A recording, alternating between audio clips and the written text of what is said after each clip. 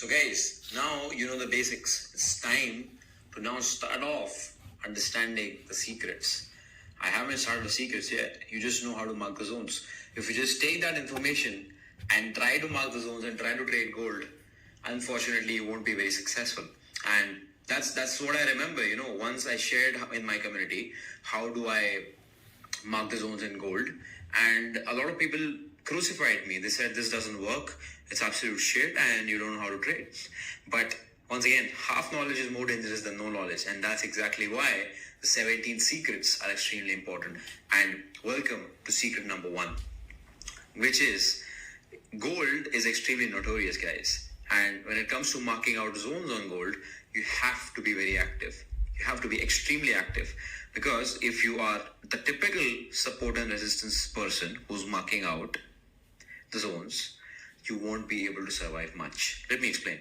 So the number one secret number 1 basically, when it comes to gold, is you have to be very quick when it comes to changing zones, because gold changes its nature very, very fast. Now, there's an advantage of gold because it's an extremely liquid asset, but there's a disadvantage that it changes the nature, it changes the supply and demand zones very fast, because obviously, naturally, it is extremely liquid, it is extremely, it has a lot of volume. So something like this will also change structure in price, change structure and demand and supply very, very fast. And that's exactly why marking simple support and resistance zones is not going to work, because the moment you mark it out, maybe it touched, but maybe it'll change out very, very soon. So as someone who's trading gold, you need to be very, very active. You need to have the hawk's eye on the charts, and you need to be paying close attention to what gold is respecting currently. Not what it has been doing in the past, but currently, and apply that to the chart. So now, let's say, for example, guys, let me give you an example. Let's say this is a support zone, okay? And I'll try to see where there could be a potential resistance zone. Let's say this is a resistance zone, okay? Now, I'll play the chart. Okay, the price respected the support zone. Once again, it respected the support zone a little bit. Price respected the resistance here and then broke out. Alright, now I can see that the price is taking some resistance over here. What naturally I will do is I would like to go back and see whether this is a valid resistance zone or it is just simple noise. So going back to the chart, it will give me certain confirmations whether it was, yes, it looks like it is a valid resistance zone. Absolutely perfect. Now, what is my reference point when it comes to a support here? My reference point is this. So I'll play the chart again. Okay, so the price broke the zone, came back. Naturally, it should take support here. Okay, it took support over here. Now the price is once again going back up. So ideally, this should be my point of reference when it comes to resistance zone. Okay. Now price came down, went back up. So price broke out. If you see over here, price broke out, came back down here. And this is exactly what I'm talking about. I'll have to go to the 15-minute time frame to explain this to you in detail. Price went up, guys, came back down, took support here. It took support here. You see?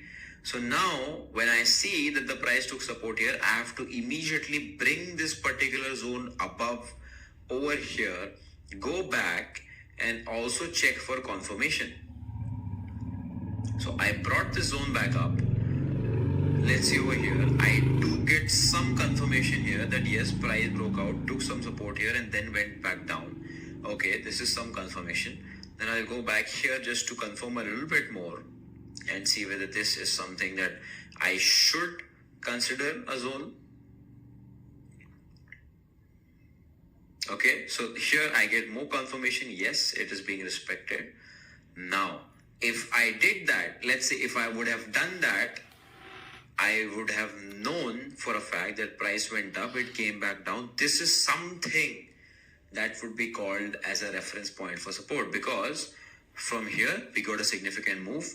It fulfills the two criteria, guys. One, it is being respected in the past. Second, there was a decent move. While our previous zone, which was probably something like this, do you see a decent move from this particular zone?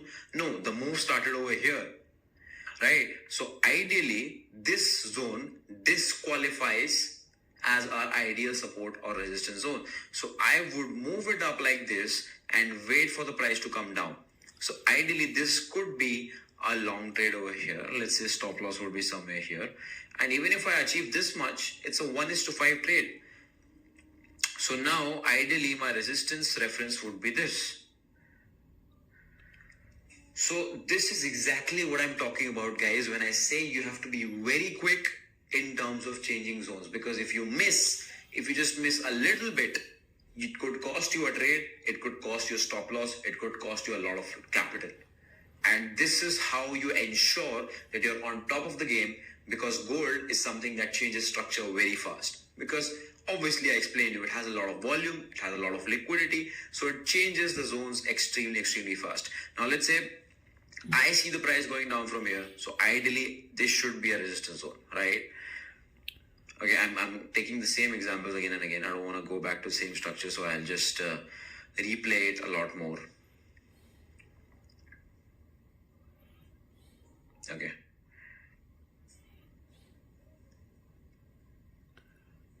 Alright, so let's say we speak about this.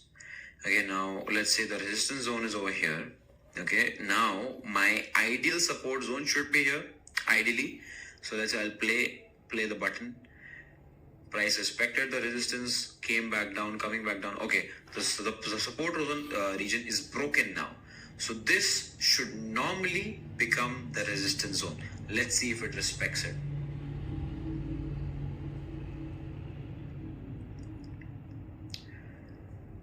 Alright, now this could become a reference point for a support. I'll just go back and check. Makes sense, yes. But why did the price come up here? This time, why did the price halt over here? Because if you look very carefully, this, yes, it was a resistance zone, but actually the move started from this particular zone. This downfall started from here. So the price came back up, exactly respected this. Then now price is respecting this once again. Not a problem at all. Price is going up now. So normally this should become my support region reference. Okay. So now let's say if price goes back up, comes back down, came back down, this became my support region reference. Price came back down, down, down. Now it took this particular point as a reference point. So once again, this could be a little confusing, but when you trade more, when you look at this and when you understand how gold behaves, this will make much more sense. Like for example, here, if you see this entire particular move over here, this started exactly over here, right? So this would be a much more qualified zone. So earlier the zone was here, right? But now when the price was coming down, it is my duty, it is my understanding to move the zone where the price actually started moving, which is somewhere over here. Now price came down, respected this particular zone. Now naturally, if I look at this particular resistance, I should be moving it back up here because actually this particular move started from here, right? So let's see what happens. And boom, price comes up exactly over there, respects it, comes down. So this is exactly what I mean, guys. This is exactly what I mean. Gold is something that changes structure extremely fast. If you're not aligning to it, if you're not changing your zones according to it, you're not going to make money. You're not going to make money.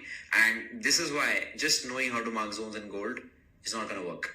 Because these are a few things that you need to know as someone who is trading gold. So like I said, once again, secret number one, guys, change zones as soon as possible.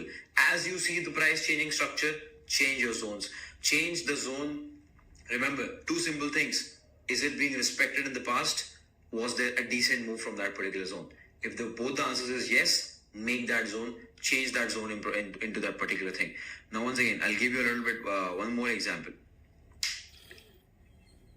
Okay, so let's say the price came back down. Now this downside move, I'm going to change my resistance zone from this to this because the move started over from here. Now let's see if it respects this particular support zone.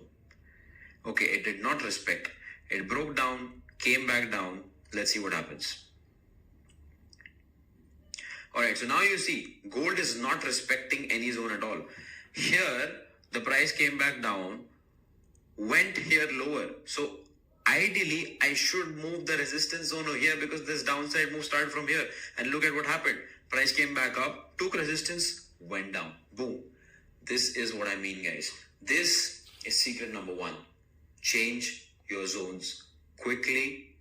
And how do you change them? I just shared them with you. Just 2 simple criterias, and you already know that. I'll see you. Secret number 2.